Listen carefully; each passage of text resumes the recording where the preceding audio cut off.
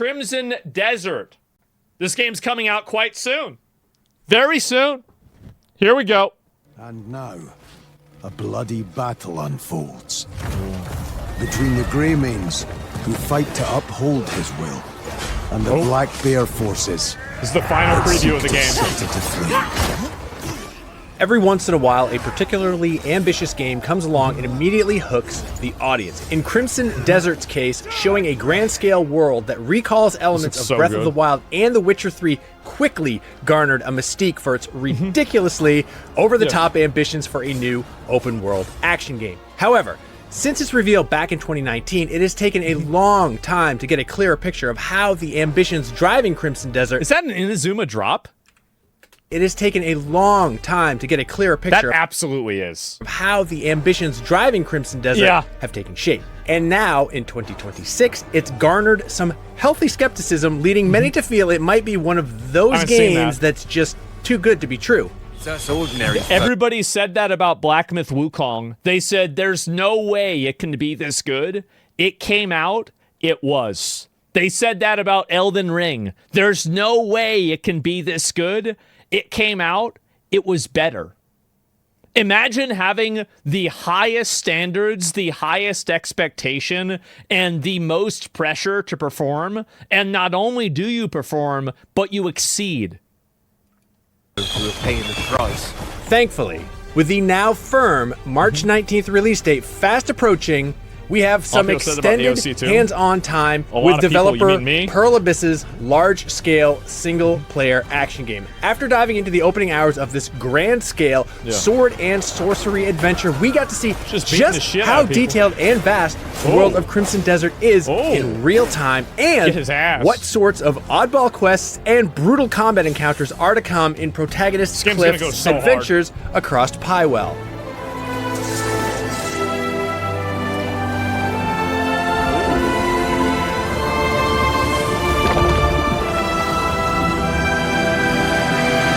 Crimson Desert focuses on the story of wandering warrior Cliff, a member of the Greymane faction that seeks to keep the continent of Pywell safe during harsh times. But after a ruthless warlord decimates much of his crew, Cliff himself is seemingly killed in battle. But he's soon resurrected by mysterious new allies that come from the Sky Realm known as the Abyss. Now tasked with rebuilding the Greymanes, he'll recruit new and returning members to his cause, push the limits of his newfound powers, and directly confront a civil war and a malevolent force that's threatening the balance of the world. I'm gonna be honest, a lot of these games don't have great stories. I don't have a lot of expectations for this story, but I could be wrong. Not sure I'd be much help on my own. Originally planned as a direct prequel to the MMORPG Black Desert Online, Crimson Desert is now a standalone adventure set in the same universe. Even without knowing the lore of Black Desert Online, Crimson Desert keeps connections light, aside from the similar high fantasy setting and, occasional references. They have the same general races as Black Desert too. It totally like the giants throws and itself like the into bigger, the style like of a guys Western that are the high fantasy berserkers. epic, but with the added Or energy giant. of an Eastern-style action game in the vein of Final Fantasy. The opening chapters of Crimson Desert do well to introduce Cliff as a rugged and stoic hero who can easily cut down enemies in his path, but that is the perfect protagonist. Stoic, rugged, middle-aged man with a sword and just with a long sword, right? That's it. That's all you need. Also willing to lend a helping hand It's so to easy. the citizens across the land. But they got what was coming to them.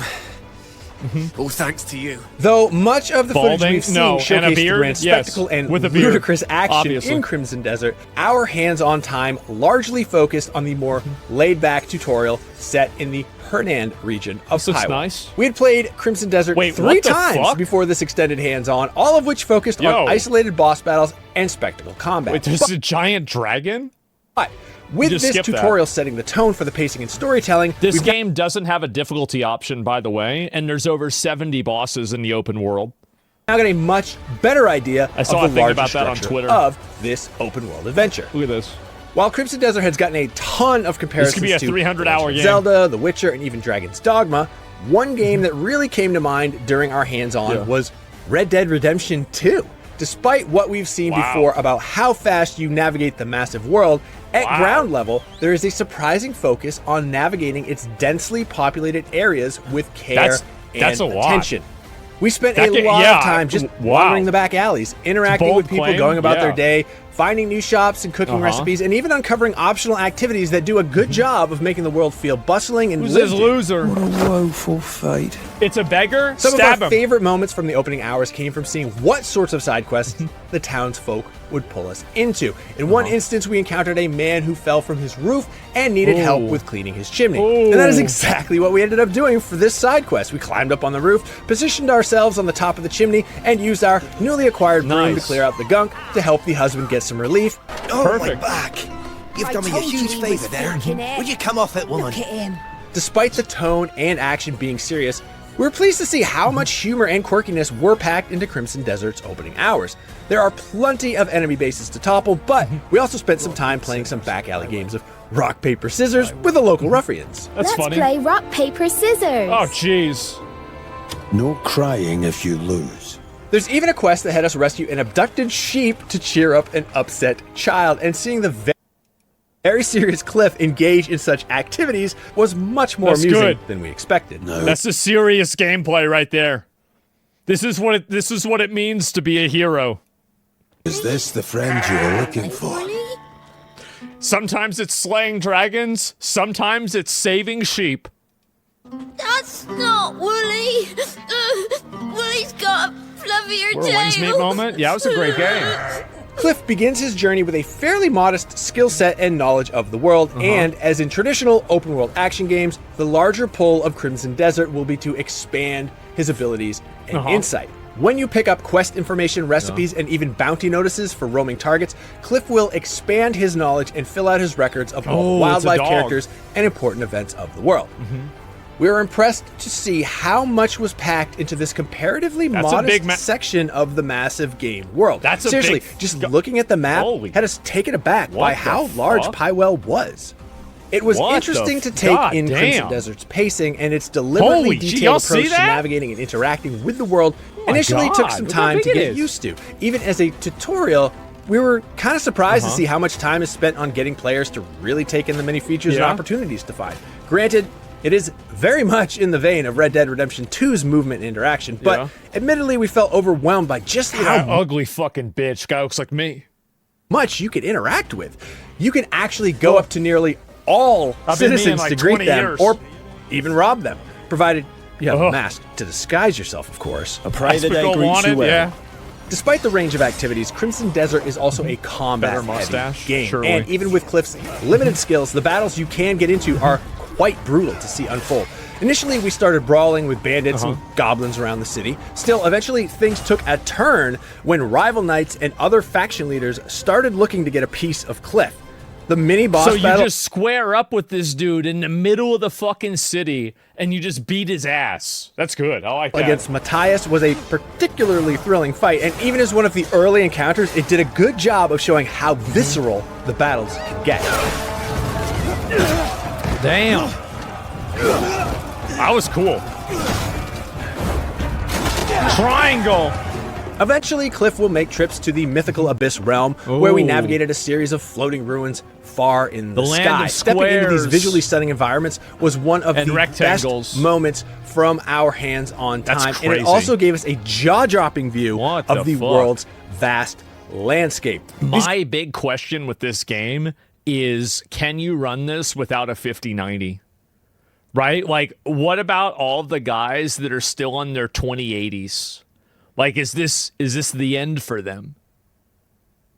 Yeah, is this the end? There are also segments that introduce the new Abyss powers in some puzzle platforming challenges. These magic powers elevate Cliff's combat and traversal skills to use his force-style powers to manipulate objects and use a force jump ability to propel him off the ground. Oh god, this is gonna be bad, guys. You've got to put in the Eventually, we were granted the ability to glide and took it out for a spin by skydiving back towards the ground. It is a fun ability to use, but it definitely takes a ton of stamina to get the most out of it. That. The power to soar through the open skies is yours to command. Throughout the game, Cliff will acquire Abyss Catalysts, which will serve as skill points to upgrade stats and unlock new abilities. That's a small These skill upgrades tree. include improved jumping and more combat skills, such as a suplex and more advanced sword strikes. Yeah. In addition to exploring towns and the surrounding wilderness, we also get to see the early goings-on of the Greymane faction system, which focuses on building up a crew, sending them on missions, and gaining new resources. Though we weren't able to see it evolve much, it was impressive to see that it's actually a full-fledged management system that will continue to grow as you explore the world. We really enjoyed the flow and action in Crimson Desert, and completing the tutorial was a solid onboarding to the larger adventure ahead. Yes, Based on really our previous hands-on time, Crimson Desert currently feels much more intuitive and less complicated with its controls. Still, I mean, I honestly hope that this is my next big game that I'm going to play a lot. Like, I forgot what day it comes out, but it's actually very soon. It had the recurring issue of being too complicated for its own good, with its systems trying to cram actions and features into a fairly limited set of submenus and combinations. For instance, you'll often have to manually equip key items and gear to activate some prompts, which can feel cumbersome. This all ties back into the attempts to make players feel like they're having a more tangible connection to the world, but it can often feel too overcomplicated for its own good. Along with the opening chapters, we also got a chance to get another look at the mid-game of Crimson Desert, which saw a powered-up Cliff take on new enemies and a more powerful boss that matches up to his souped-up skills. That is badass. Moreover, Crimson Desert also includes new party members that can be swapped in if you want to try a different combat style. While Cliff is still the central protagonist, playing as the tanky berserker Unka or the nimble and fierce Damien offers up some fun alternatives to Cliff's playstyle. It does well to showcase the variety within Crimson Desert and how the game will ramp up with more zany encounters that blur the lines between a high fantasy adventure and steampunk fantasy. Even with the lengthy hands-on time, we were still only scratching the surface of the larger adventures to be had in Crimson Desert. There have been many games in the past that try to go for large, open-world settings, but don't often really justify the need to go big and bold. But I feel like there's a lot of open-world games that it's basically like it takes you longer to do something, so it's open world. But like the good open world games, I think are phenomenal. I love well done open world games. We were honestly quite impressed to see that Crimson Desert is not only presenting a case for its take on an open-world action-adventure game, it is also having fun with the concept by pushing its attention to detail and just how much there is to unpack within the sprawling world. I feel like this game got announced like such a long time ago. They must have had a really, really long time to work on it. So I could actually expect this to be good. So far, Crimson Desert is showing a lot of promise. It's certainly been on minds for several years now, which has invited a host of comparisons with other large-scale games. But our extended hands-on time has made us feel optimistic and intrigued by the game's maximalist action style. And that's gotten us plenty interested in seeing if the full game can deliver on reaching the same highs as other genre greats. For more on the latest upcoming games, check out our recent previews of I feel like that's actually a pretty good preview. A Tindleston Story, and WWE 2K26. And of course, for everything else in the world of video games, stick with IGN. Yeah. Not a bad video. Pretty decent. I'll link it to you guys. And comes out in 2 weeks. Yeah, I'm going to play the fuck out of it. Is this my new Kingdom Come Deliverance 2? No, guys. That only happened once. That's never going to happen again, okay?